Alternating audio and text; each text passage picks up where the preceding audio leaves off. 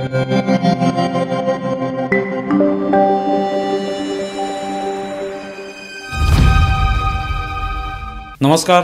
News डंकामध्ये मी महेश विचारे आपल्या सगळ्यांचं मनपूर्वक स्वागत करतो.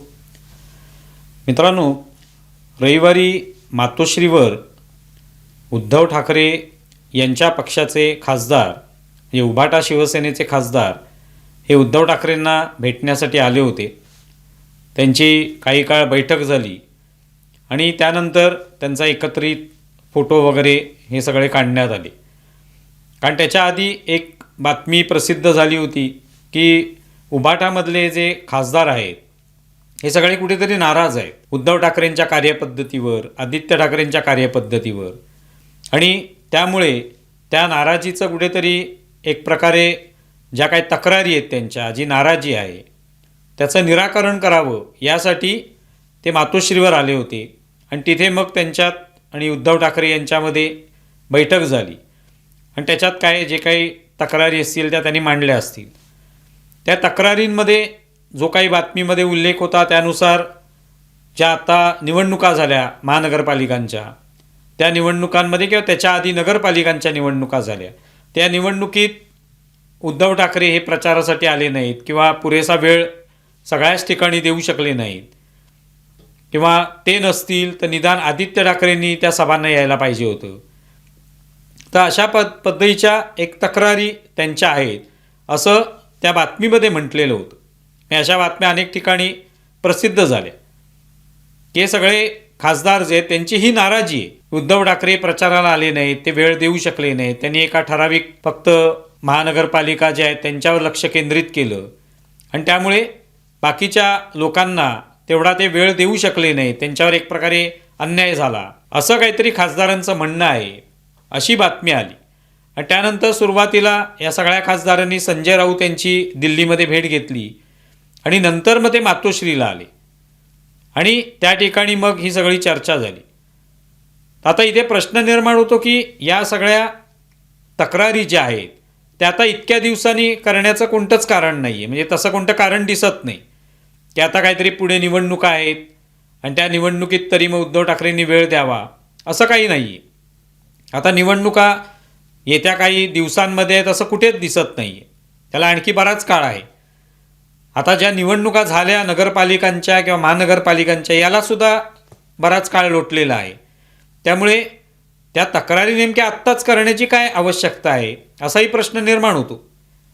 आता खासदार ज्या पद्धतीने उद्धव ठाकरेंना भेटले, त्यांचे फोटो एकत्र त्यांनी काढलेले आहे उद्धव ठाकरेंबरोबर, त्याच्यात कुठेही ते अशा पद्धतीने नाराज आहेत असं दिसत नाही.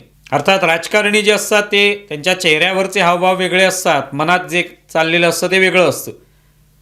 पण प्रत्यक्षामध्ये जर खरोखर नाराजी असेल तर ती इतक्या दिवसांनी नाराजी का हा प्रश्न येतोच.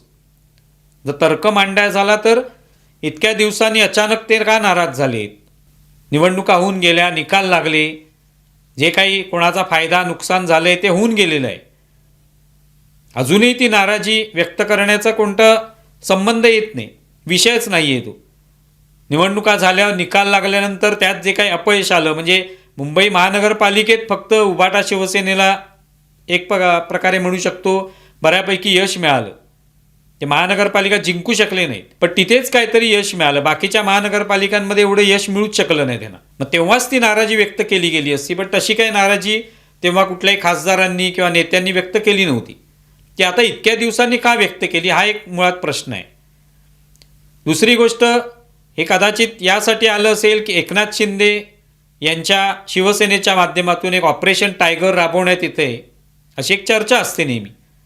आणि त्याचं कारण असतं की उभाटा शिवसेनेमधले जे नाराज नेते असतील किंवा जे इच्छुक आहेत, जे आता एकनाथ शिंदे यांच्यासोबत काम करू इच्छितात, तर त्यांना आपल्याकडे आकर्षित करणं, त्यांना आपल्याकडे वळवणं, त्यांचं मन वळवणं, हे काम या ऑपरेशन टायगरच्या माध्यमातून सुरू आहे.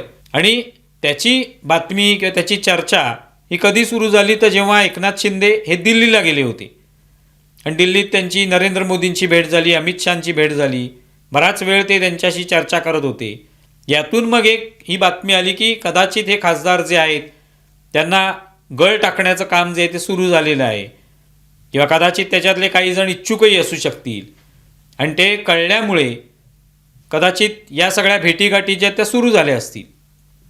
पण याच्यामध्ये आत्ता जेव्हा उद्धव ठाकरे यांच्यासोबत या सगळ्या खासदारांची बैठक झाली त्याच्यामध्ये संजय राऊत मात्र कुठे दिसले नाहीत. म्हणजे या सगळ्या खासदारांनी संजय राऊतांची भेट घेतली आणि त्यानंतर त्या तक्रारी मांडल्या. संजय राऊतांचं म्हणणं होतं की या खासदारांना निधी मिळत नाही आणि त्यामुळे ते नाराज आहेत. पण निधी हा काही विषय असेल असं अजिबात वाटत नाही की निधीमुळे खासदार नाराज आहेत आणि ते मातोश्रीवर भेटायला गेलेत, हे कारण अजिबात असू शकत नाही. पण इथे संजय राऊत मात्र मातोश्रीवर दिसले नाहीत.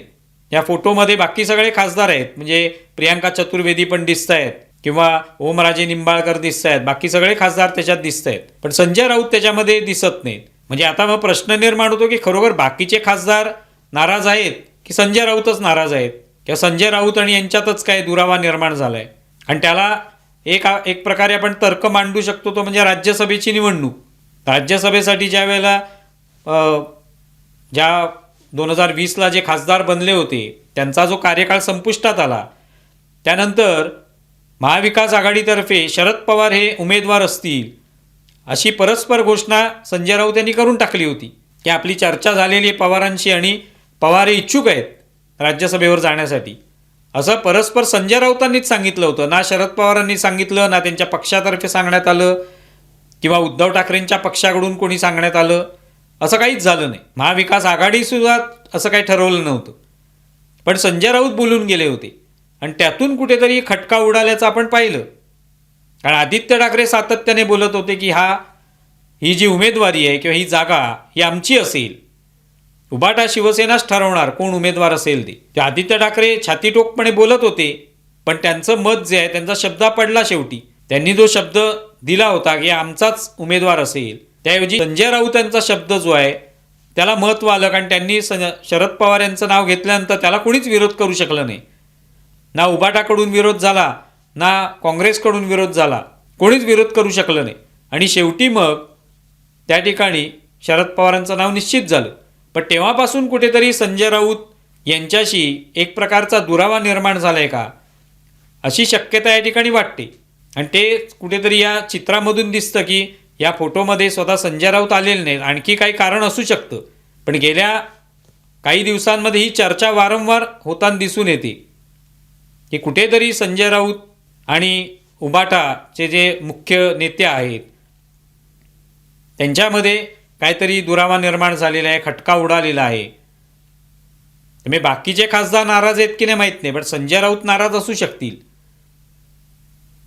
कारण त्यांनी घोषणा करायची आणि ती उभाटाला मान्य नाही असं यापूर्वी झालं नाही. म्हणजे जेव्हापासून 2019ला उद्धव ठाकरे मुख्यमंत्री झाले तेव्हापासून संजय राऊत हे एक प्रकारे दुसऱ्या क्रमांकाचे नेते बनलेले आहेत. म्हणजे उभाटा शिवसेनेची जी काय भूमिका आहे ती नेहमी संजय राऊतच मांडत आलेली आहेत, आणखी कोणीच मांडत नाही.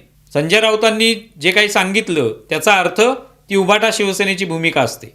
अगदी आपण पाहिलं जेव्हा संजय राऊत हे तुरुंगात गेले होते त्यावेळेला सुद्धा ज्या सभा झाल्या त्या काळामध्ये त्या सभेमध्ये सुद्धा एक रिकामी खुर्ची संजय राऊतांसाठी ठेवली जात असे, एवढं त्यांचं महत्त्व होतं. पण आज मात्र हे सगळे खासदार नाराज आहेत, तर ते नाराज झालेले खासदार पहिले संजय राऊतांनाच भेटतात.